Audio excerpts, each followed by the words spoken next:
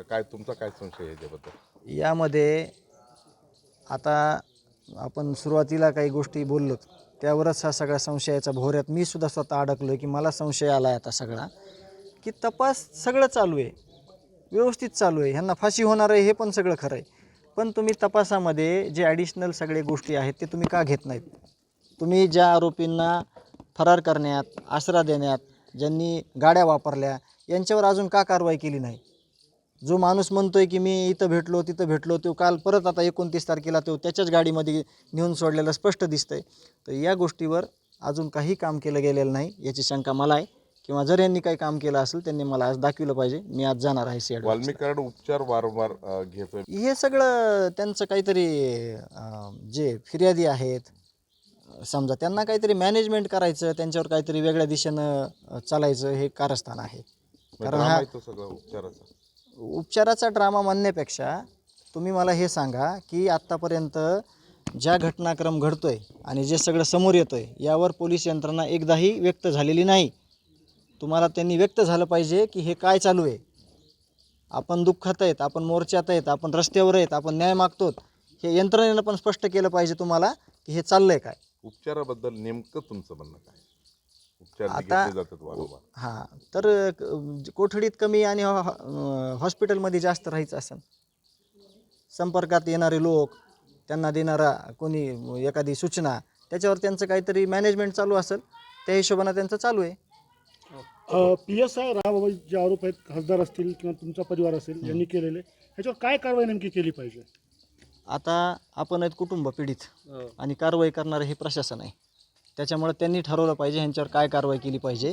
आणि माझा कालपासूनचा मी बोलतोय कालपासून की कृष्ण आंधळे आणि ती सगळी टोळी यांच्यावर 15-15 गुन्हे आहेत आणि हे एका पक्षाच्या कार्यालयामध्ये बसतात, मिटिंग घेतात, सगळं ह्यांचं कटकारस्थान शिस्त आहे.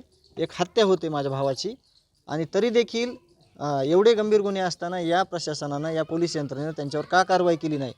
या खुनाचे सर्वस्वी जबाबदार ही यंत्रणा आहे. मी आज बोलतो तुम्हाला, ह्याच्या अगोदर बोललो नाही मी की त्यांना जर अभय दिला नसतं तर हा खून झाला नसता. मी हे स्पष्ट बोलतोय. ओके चला थँक्यू.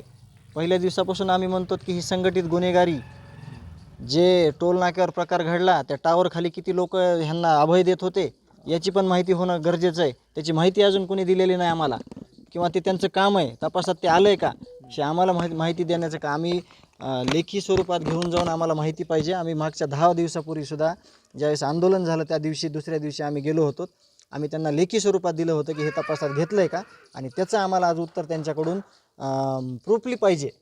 तोंडी आम्ही घेणार नाही. वाल्मिक कराड अटक झाल्यापासून श्वसनाचा त्रास आहे, त्यांना घेतली पाहिजे, आज आम्हाला सांगितलं पाहिजे. कारण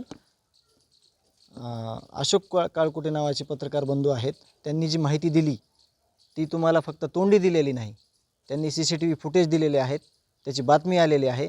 यावर त्यांनी उत्तर देणं अपेक्षित आहे की तुम्ही यासाठी काही प्रयत्न केलेत का? आपल्या जिल्ह्यामध्ये टोल नाके आहेत, हॉटेल आहेत, सार्वजनिक ठिकाणं आहेत, तिथले CCTVचे फुटेज तुमच्याकडे आलेत का? कारण असं दिसतं ह्या कालच्या सोशल मीडियातल्या फुटेजवरून की आरोपी सगळे जिल्ह्यातच होते. सरेंडरसाठी ते जिल्ह्यातून बाहेर मग त्यांना ते प्रकार करावा लागला.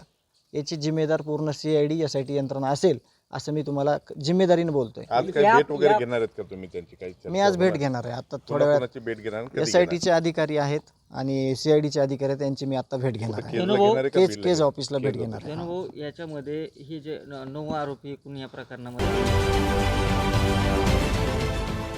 देश विदेशातील प्रत्येक घडामोडींचे लाईव्ह अपडेट मिळवण्यासाठी आता साम टीव्हीच्या सर्व सोशल मीडिया प्लॅटफॉर्मला लाईक, फॉलो आणि सबस्क्राईब करा. तसंच सर्व नोटिफिकेशनसाठी बेल आयकॉन प्रेस करायला विसरू नका.